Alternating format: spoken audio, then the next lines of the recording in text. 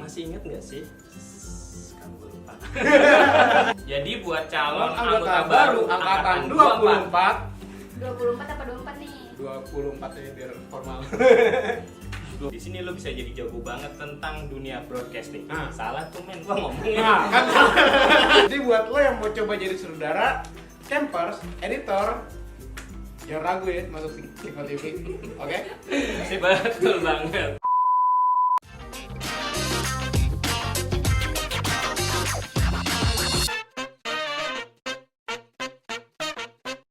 Halo Bang, boleh dikenalin dulu nih Bang dari namanya, divisi pada saat di Sigma dan pekerjaannya saat ini. Oke, halo, nama saya Oktor Anggon. Saya adalah ketua Sigma di angkatan kedua. Nah, saat ini saya bekerja sebagai manajer konten and live streaming di Star Maker.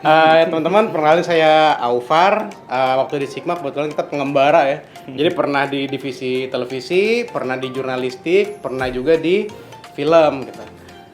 Kalau sekarang kebetulan kita kerjanya di Family Mart sebagai trainer dan e-learning developer. Hari ini kita mau main apa nih Bang? Kita hari ini mau main Quick Answer. Sebelumnya mau tahu dong kenapa Abang dulu pengen masuk Sigma?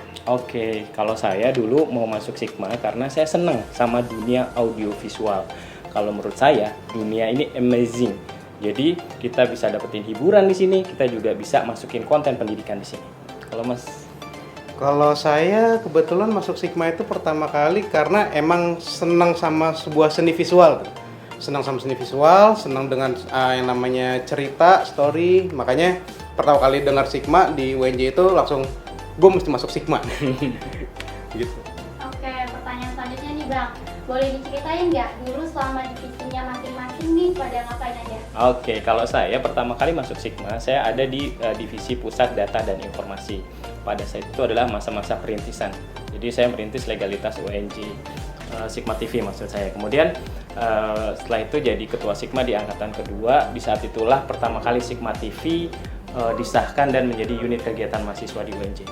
Kalau saya pertama kali masuk Sigma itu di divisi jurnalistik dan televisi. Jadi itu kerjaan kita bikin konten-konten ya apa namanya kayak konten televisi yang kayak gitu yang soft news, yang happy. Terus di tahun kedua gue ngerintis divisi redaksi. Kalau sekarang namanya divisi news. Itu lebih ke jurnalistiknya. Kita belajar mulai ngerintis jurnalistik. Terus terakhir itu divisi film. Kebetulan sempat jadi pemegang festival film UNJ. Jadi leadernya festival film UNJ itu ada di gua. Nah, kalau tempat Abang kerja sekarang di mana nih? Oke, saat ini saya bekerja di Star Maker sebagai manajer konten dan live streaming. Tapi awal karirnya dulu dibangun dari editor di Trans TV, kemudian jadi kameramen di TV7, kemudian jadi produser di MNC TV dan di RTV. Kalau gue sekarang di Family Mart.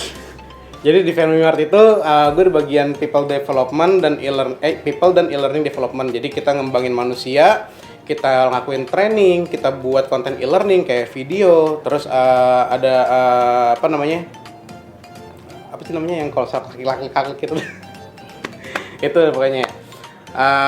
Di situ juga ada kesempatan buat belajar dan pastinya memfasilitasi orang belajar gitu, karena kalau kita mau bikin konten otomatis kita perlu belajar kayak gitu kan, supaya konten belajarnya ini tuh nggak salah gitu.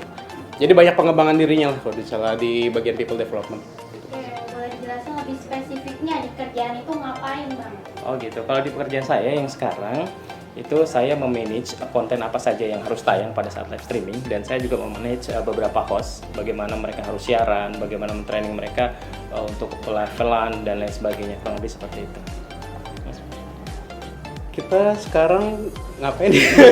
Ngebangun kurikulum sebenarnya. Jadi benar-benar urusannya sama pendidikan banget, ngebangun kurikulum, karena kalau setiap kantor itu basicnya pasti ada orang training, yang mana orang training itu dia mesti tahu nih tentang kompetensi dan lain-lain. Di sana peran kita untuk ngebangun kurikulumnya dari nol, dari orang yang belum bisa kita develop sampai mereka bisa ngelakuin sesuatu gitu, sampai dia kerjanya itu bagus gitu, pengembangan karir dan lain-lain kayak gitu.